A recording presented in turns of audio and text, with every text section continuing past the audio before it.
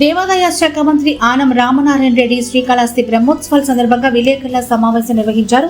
ఈ సందర్భంగా దేవాదాయ శాఖ మంత్రి మాట్లాడుతూ శ్రీకాళహస్తీశ్వర స్వామి యొక్క బ్రహ్మోత్సవాలని అద్భుతంగా చేయడానికి ఈ రాష్ట్ర ప్రభుత్వం మరియు యంత్రాంగం కదిలి వచ్చి మహాశివరాత్రి పర్వదినాన్ని గొప్పగా జరిపించాల్సిన ఆలోచన ఈ యొక్క రాష్ట్ర కూటమి ప్రభుత్వందని, హిందూ ధర్మ సనాతన ఆచారాలకు అనుగుణంగా ఈ యొక్క కుటుంబ ప్రభుత్వం అన్ని ఆలయాల్లో కూడా పెద్ద ఎత్తున నిర్వహించి ఉన్నారని, ఇక రాబోయే రోజుల్లో శ్రీకాళహస్తీశ్వర స్వామి అమ్మవార్ల గీ పరిదక్షిణ చుట్టూ సోలార్ లైట్లు అమరుస్తామని దేవాదాయ శాఖ మినిస్టర్ వివరించడం జరిగింది.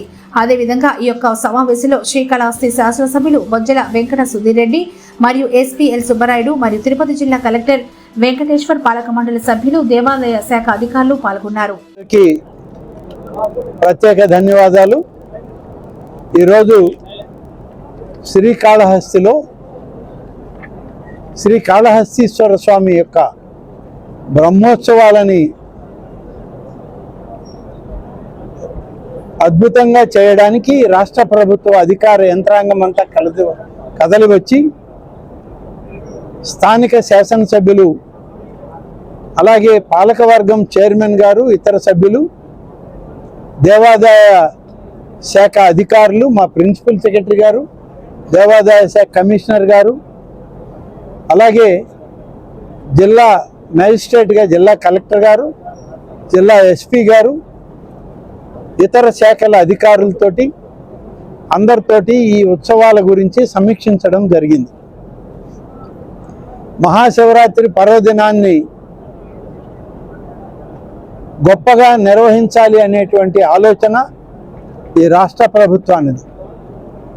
ఆగమ శాస్త్రాలకు అనుగుణంగా, హిందూ ధర్మ సనాతన ఆచారాలకు అనుగుణంగా శివరాత్రి ఉత్సవాలను నిర్వహించడంలో ఇవాల్టి కూటమి ప్రభుత్వం పెద్ద ఎత్తున అన్ని ఆలయాల్లో కూడా ఈ కార్యక్రమాలు నిర్వహిస్తూ ఉన్నాం. అదేవిధంగా మన రాష్ట్రంలో ప్రధానమైన ఆలయాల్లో ఒకటైనటువంటి శ్రీకాళహస్తీశ్వర స్వామి ఆలయంలో కూడా మహాశివరాత్రి ఉత్సవాలను జరపడానికి ఈరోజు అధికారులందరితోటి కలిసి సమీక్ష నిర్వహించాం.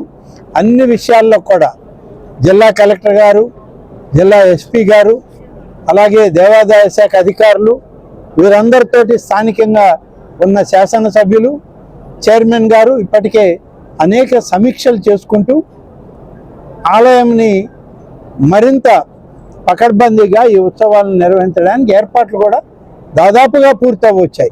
ప్రభుత్వాల అనుమతితో ఆయన కొత్తగా ఆ యొక్క విద్యుత్ దీపాలంకరణ, విద్యుత్ అలంకరణ వచ్చే విధంగా ఏర్పాటు చేయడం జరుగుతుంది. 2 రకాల దర్శనాలే, 200, 500 ఇవి రెండే టికెటింగ్ పెట్టింది.